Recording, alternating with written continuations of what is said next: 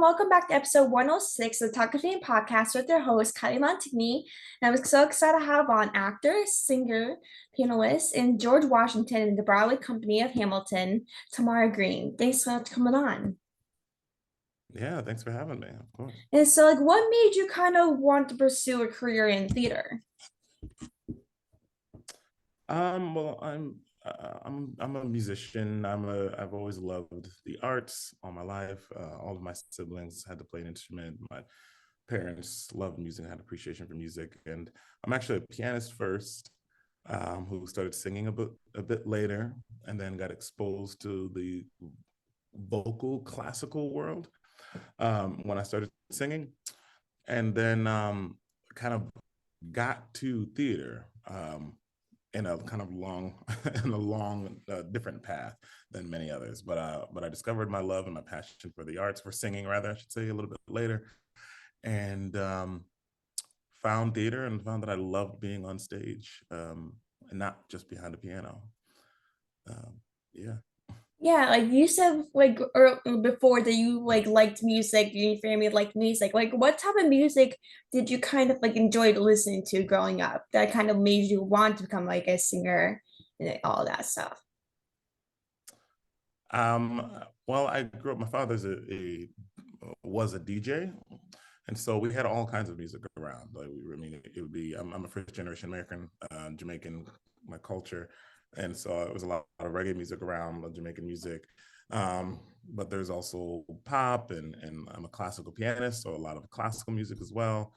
I mean, really all kinds of music was around while I was growing up. But again, I didn't like singing when I was younger, so that Mhm. that music when I was growing up didn't make me want to sing per se. It really was exposure later to singing Mhm. um, that got me interested. And my mom sang; she's a pianist as well, um, so I was exposed to it.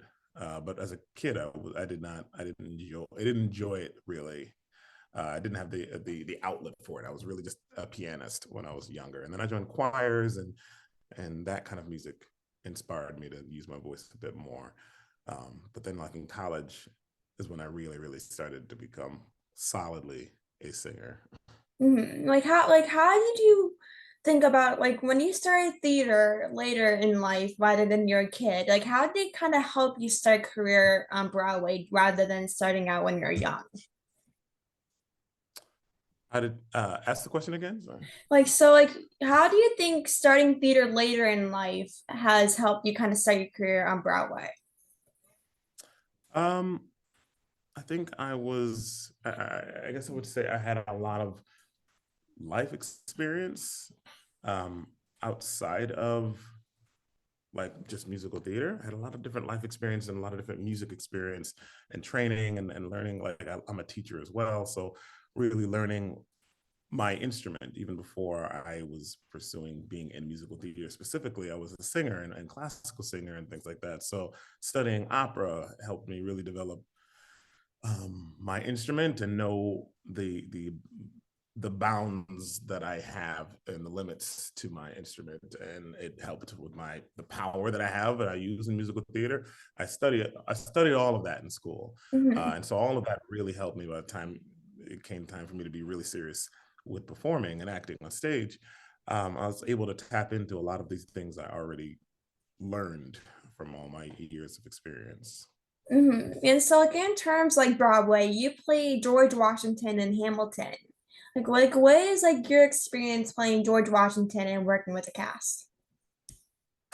It's amazing. I love the show. I loved it before I was in it. I saw it the first time on Broadway in 2015 before it opened, and the show moved me from then. Even like it was, they come out and say, a kid from the Caribbean, and right from there, my family, right? My father was born in Jamaica, and my mom was born in England, but by way of Jamaica, her parents are Jamaican. So it's a Caribbean tale and tale of folks coming to this country seeking opportunities.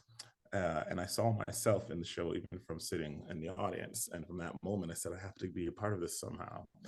And, and auditioned for years, about 2+ years to get into it. I finally booked the Chicago company, and joining the company was one of the greatest shows I'd ever been a part of. Still continues to be one of the greatest shows I've ever been a part of, because everyone is so warm and caring and supportive the whole time, even when it was scary to jump into it in the beginning because it's such a giant show. Hmm. But I felt nothing but love and support the whole way through it. I feel that every day, and I love the cultural shifts it's having in the world and in the industry as well.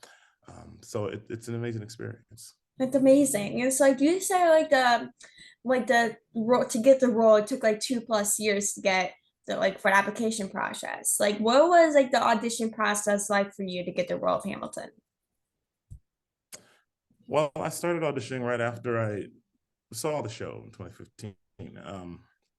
I had an agent at the time. I still have an agent, but I had an agent already, but I still couldn't quite get an appointment at the time. I felt like they were seeking some folks at the kind of younger. They were looking for like fresh talent at the time. And so for whatever reason, I wasn't getting appointments at the time. And so I auditioned by way of like just literally going into the rooms whenever I could find it, whenever having open calls or anything like that. I would go into the rooms and try to like make sure I can get my appointment. So I did that, and I had my first audition, um, and then I got callbacks immediately, actually, and which was really great. And I was auditioning originally for Mulligan Madison, um, and no, it was Mulligan Madison just alone at first, um, and I did that for like a year of callbacks, constantly being called back with some of the material. And I think the second year, they started adding a couple other things. They added like let's see, Mulligan Madison's first. I think uh, uh, Lafayette Jefferson was second. Yeah, Lafayette Jefferson was the next one. They added. They just give you a bunch of different stuff from the show, from the packet. So I did that, and we were trying to figure out what works best because the show is really good about creating like an ensemble of people that works um, in this version of the show. So each production Mhm. of the show, each tour of the show was meticulously chosen. Every actor was meticulously chosen to fit within the team that is there. So they were trying to find a place for me, and they liked me, but it didn't quite work out. And I booked another show, and the timing was weird.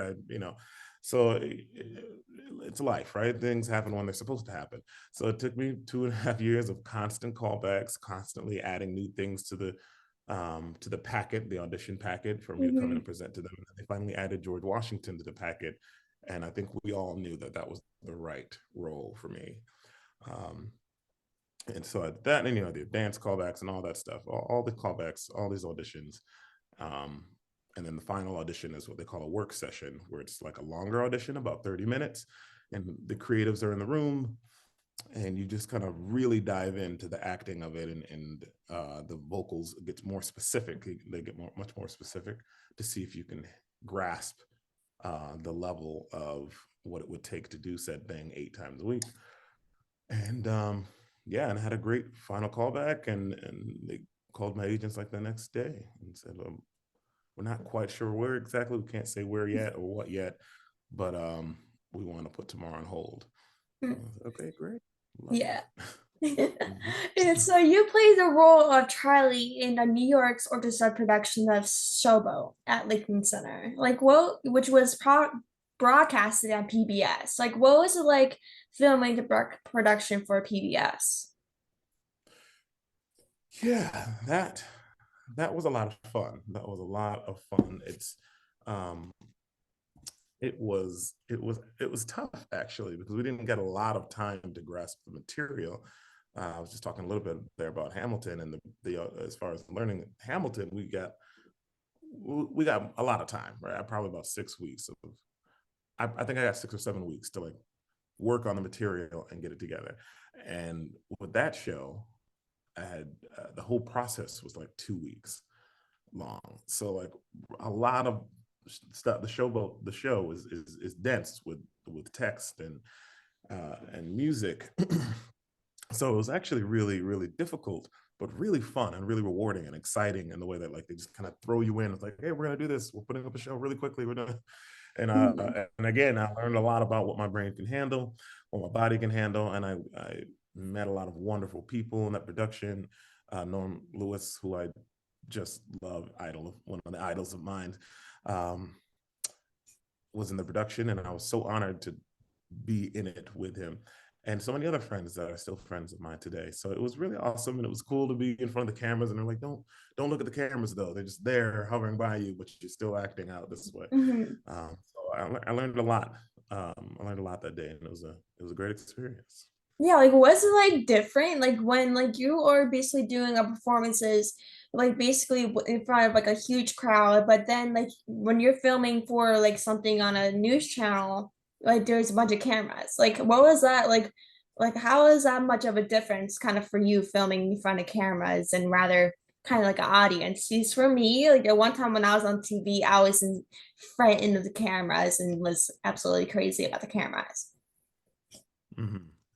Yeah, you pretty much, especially with that particular type of filming, they know the angles they want. So they really just want you to do your job, which is just to act and act out and sing out and do your thing, and let them capture what they're trying to capture. Some people, I think, see the camera and they want to like look into the camera or something and like change all of a sudden. I'm like, no, they don't want that. Just act how you normally would, communicate with people as you normally would on stage or whatever, and they'll capture you or they'll direct you in the way they want to, whoever's directing the film. So just pretty much treat it like normal, even though it's weird because you can feel the essence of said camera or equipment around you, which can be a little Mhm. strange. Yeah, it definitely is definitely strange to think like, oh my God, there's more people watching this than the anticipated crowd in the theater.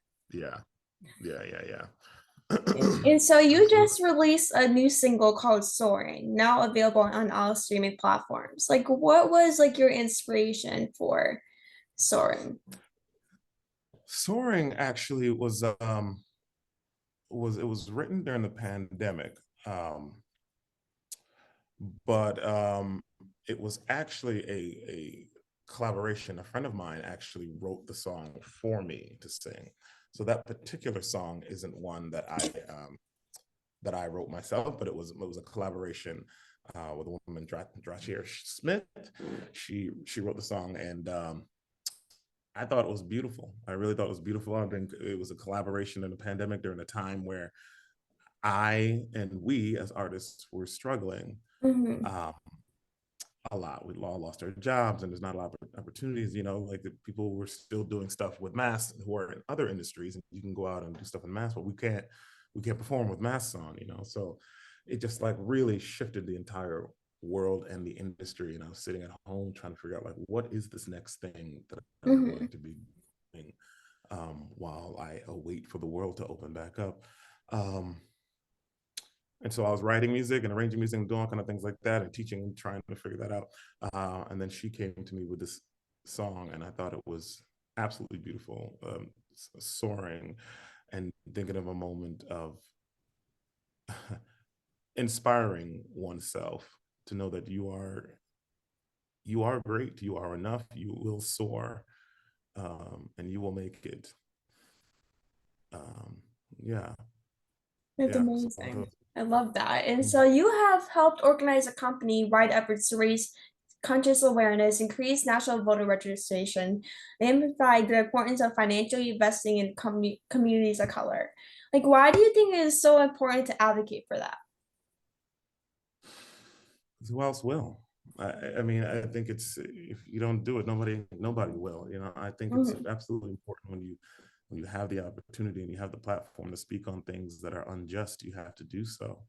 And a lot of times the world does not invest in these communities, and Mhm. it's absolutely important to raise the voices and know that people your voice is important, your voice matters. Like a lot of people struggle in silence, um, and I want to be about that change, of changing the focus and putting money in better education in the communities and giving opportunities for people to like do things that they didn't know they could, and people who look like me who think, even when I do interviews, and some people are like, "Oh, you play piano? I can't see it. I thought maybe you're a football player or something like that. And I'm like, no, I'm not just because I'm black. I'm not just a sports person. Like I don't even like Mhm. sports really. I don't. Um, I have a computer degree, computer information systems. I have a degree in opera, a master's degree in opera. I'm a classical pianist. I am so much more than what you perceive me to be. And I think we get the short straw, if you will, many times because of what we look like. People assume what we are and what we do, what we can do. And so I want to make sure that I am about that change and making sure that we are investing in the communities that are traditionally disinvested in all the time and not by putting my money where my mouth is and making sure that we are doing so and believing in these communities. So It's amazing. And that's such a huge part of today's society, especially like during the pandemic, all of us were stuck at home. You couldn't really do anything, especially for artists like you and so many other people. You guys couldn't be on stage, you couldn't like perform in front of people, you couldn't act, you couldn't do whatever you wanted to do. And that was hard for you to like do what you love doing and using your voice. And it was a hard time for everyone in many ways, and it was hard for people to use their voice in different ways, like on things that are important to you. And so like what you're doing is such amazing, and it has really, I'm sure it has helped so many people to use their voice. And so like what is yeah, some advice for people that are just kind of starting out in theater that kind of want to make it out far in theater? I would say I was at a talk back at Edgeham the other day. We do these educational performances where students are allowed to come during a matinee, and my cast member Jenny Lee Harney was asked this question, and she said, first of all, don't do it for the money. Like that's a very good first point that I was like, yes, thank you for saying that part, right? Don't do it for the Mhm. money because there isn't guaranteed money in this industry. In fact, I got a degree in computer information systems partly because I have a passion for technology, but also because I was denying, I valued the money part. And I said, why would I go into music when there's no money in it? Mhm. Um, that's, where my brain went. And that quickly, that quickly, it was something I had to really grapple with and change my mind on that immediately. First of all, because I was discrediting the passion that I have for the arts. Um, and when I did try to be a computer person, I got a job, tech support, and all that. I realized very quickly that I wasn't fully fulfilled. Yeah, I was making money, but I was not happy.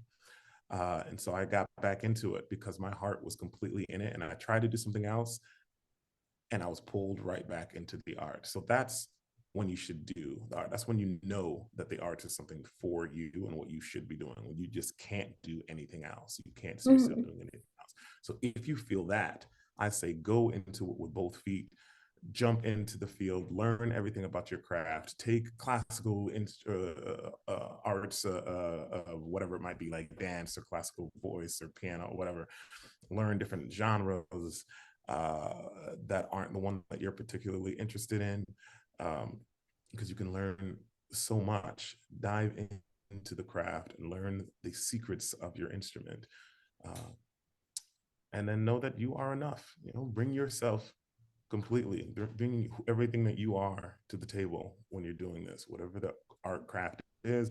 Bring yourself to the art, to the table, because people want to see that uniqueness in you as Mhm. well. Exactly. Exactly. I totally agree with that. And like the most important thing is really to do what you love.